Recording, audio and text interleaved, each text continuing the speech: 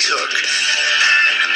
A very acerbic quote there, or text rather, from James in Wexford. Says somebody should send the army in to protect us from our dear Lida Enda. That is a little bit harsh. Okay, homework for school children in Norway's capital may be abolished. It's after a new city council coalition for Oslo came to power last week. One of the parties aims to reform homework's current practice on the basis that it reinforces social inequalities. To discuss this, we're joined in the studio by Dr. Naoise OReilly, the founder of the Homework Club. That's a club that offers support to students who are struggling with an aspect of their education. Naoise, thanks indeed for coming into us. I have to say, I'm going to lay my cards on the table here at the start. I find homework an absolute nightmare. It is the biggest cause of stress in our household, and I just don't like the idea of kids coming home from a long day at school, tired, and then having to, at times do, over an hour and a half of homework at times. You're lucky if it's only an hour and a half. Like, I meet people who bring me in and there's tears after 4 hours, and a lot of the students I work with, a lot of them have learning difficulties, and what happens is the solution to that is a lot of extra work is being sent home and it's not even the same work as they're doing, that their peers are doing in school, and they realise that fact. So I started this debate in 2011 because I found that we didn't have the space to do the things that we wanted to do, and the reality is that if I do send work home with people to get them reading and writing in a matter of weeks, I'm only asking them to do 10 minutes a day, but I'm quite often writing letters to the school and asking them, please just lay off the homework. They can't do it at the moment. It's causing a massive amount of stress. Respond to that? Well, I suppose they have to, and I think that this is one of the interesting facts because, we don't do homework in France in primary school. Particularly, it's bad. We are talking but we're talking about primary school here. We're not talking about secondary school. Well, no, there's problems with secondary school too. Well, we can go on to those in a minute. Yeah. But in terms of France doesn't do homework in primary school, and I was asked to talk about it a few years ago because parents boycotted it. And one of the points that was raised to me when I was talking to a student in Australia during the week was that there's this idea for parents that if I pay for education, good education equals homework, and in a lot of cases they're actually driving the debate. Whereas for me, good schoolwork and good schooling equals it's all done in the class. Yeah. And this is like one of the dilemmas. So quite often with primary school, like spellings are sent home all of the time, but there's no way to do the spellings, and it's not obvious to me that the 20 spellings go together. So I don't understand why those 20 spellings can't be learnt in class interactively over a week. I don't understand why they can't create the sort of word games and exercises that I create to help people to do it. And then if you look at the other end of the scale, like secondary school, parents they're forcing their students to sort of stay in school to do after study. So they stay in school, they pay for that service, they get all of their homework done, which kind of in a lot of cases doesn't seem to make them feel like they're good students, like they're building towards study, and then they're coming home and studying on top of it. So for instance, if you take the average maths class, we all hated maths class because we got loads and loads of, somebody did a problem in class, we didn't really get it, we got a load of those problems for homework. We went home, we couldn't really do them. Then we went back in the following day and most of the class was taken up correcting those problems that we couldn't do. And then we move on to the next topic at rocket speed, and then we get more problems on that. And that doesn't really help us to do maths. So it's this whole idea that, there's this expectation to send work home to get us to do it at home and learn independently. Okay. Whereas, as a nation of Irish people, one of the reasons why parents end up so involved in it, and it ends up taking so much time in the parents' household and in the whole families, sitting down around the kitchen table every evening, is because we're a largely extrovert nation and we learn together. Not very many of us actually learn on our own. So we're always driven, and there's this expectation the parents are going to step in and know how to do these problems. And the Oslo people are quite interesting because they're saying that you can't assume that every household that you send work home to, I was going to ask you about this. I was going to ask about this because they're saying, now, I have to say I'm not convinced by their reasoning. I want homework abolished because I think it causes undue duress and pressure on families. They're saying it reinforces social inequalities. It's a very Scandinavian reason for abolishing it.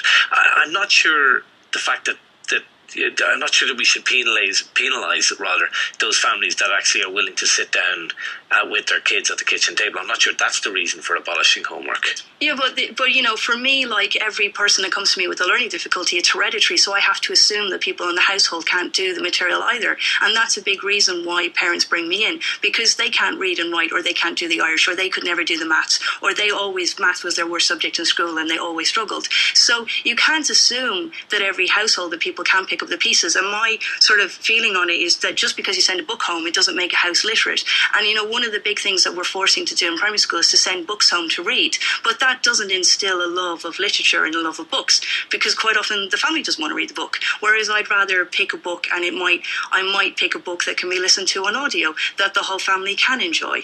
And that does instill something. Reading, I have to say, is one of the things I can kind of understand them getting homework on. The idea that they, you know, have to read a chapter of a book that they like. That to me is homework that I can see the basis for that. Yes, but similarly in France we don't need to do this, because we kind of assume that the culture that people will read at home and they will get their children to cook from the age of 3. And there's whole recipes cakes that you start off making at the age of 3, and you learn how to cook and you read recipe books and you read other books. And so we make the assumption that a household is functional and that we actually have education in the household, rather than sending home a book that, let's face it, nobody wants to read. Lots of texts coming through to 53106 on this. Jay and Tip says, as a teacher, I don't believe in homework. I can control what happens in my classroom, but the home settings or domestic issues for some make homework impossible. Another listener describes himself or herself as a teacher and a parent. I hate giving and correcting it. As a parent, it's so stressful. I think we can be more creative. I use technology for maths and English games instead, less stressful and much more fun. Is there pressure, I think you alluded to this earlier on, is there pressure on teachers to give homework, do you think? That seems to be the debate, that some parents expect that if a school is good, that they're going to give out homework. And there's an expectation sometimes if teachers don't give out homework that they get into trouble for it. But the reality is that, well, somebody has to correct it. And when you don't correct it, that's more stressful too, because a lot of secondary school students spend a lot of time writing essays and they don't ever get any feedback or any correction on it. And they don't actually know what a good essay looks like. Whereas when we take an English class, we write an essay with people, we get them all involved. Again, you know, they learn better together. They all construct a good essay. And then you show them how, if you put paragraphs in and how you break it down and present it well, this is what an essay looks like. Whereas we don't get time to do that. And a lot of students will spend every Sunday crying because they got an essay on Friday evening and they didn't manage to get to it. And memories, all right, yeah. Yes, and they're procrastinating all weekend because they don't know how to do it. And if you do that for a whole year, it doesn't make you write good essays. Is there any, I mean, I'm just thinking what it would take for something similar to happen. We don't have that system of local government here that you could get a party elected in Dublin or in Cork that could come in and say we're banning homework. They don't have that level of influence in the schools. Of course, most of the schools are religious schools. Is there any move towards... I think parents have to start to take control and to stop being so fearful. Like, a lot of parents I meet are even doing the homework for students because they can't do it, rather than to send them in without it done. So I think it really has to come from the home, and people saying, well, actually this isn't fair, and this is how many hours we're really working. And a lot of the time people are lying about that. They're not being honest. So there's an expectation when we send the homework home that it might only take 20 minutes a night, but the reality is that a lot of people are still sitting around the kitchen table 3 hours later. Okay, Linda says, not true. Did you get homework in primary school? In France, my niece gets plenty of homework. Well, a lot of the parents a couple of years ago boycotted this fact. They're not supposed to get homework, and this is what I mean about parents actually rising to the challenge. They actually boycotted it, and I was asked to speak on the topic then. Okay, all right. They refused to put up with it sort of sneaking in. Michelle and Mead says, homework needs to be dramatically cut or got rid of. My 9-year-old gets 2 lots of maths, English, spellings, tables, Gaelic reading. It takes over an hour every night. Her 7-year-old sister has an awful lot too. I don't get it. And then she makes the point, all the things we want our kids to do about spending time outside, it's ridiculous. They don't get anywhere near as much homework in the UK. It's a joke. If we're speaking, last question, just briefly, if we're speaking in 10 years' time, will homework still be with us, do you think? I sincerely hope not. But you're confident or not confident that it will? I'm confident that if people stop doing it, that it will stop. Okay, I think we should start the campaign now. End homework, certainly in primary school. Whatever, we can talk about secondary school maybe another time, but I think there's definitely an argument for getting rid of it in primary school. Dr. Naoise O'Reilly, founder of the Homework Club, thanks indeed for coming in to us. Back in a moment on The Right Hook. The Right Hook.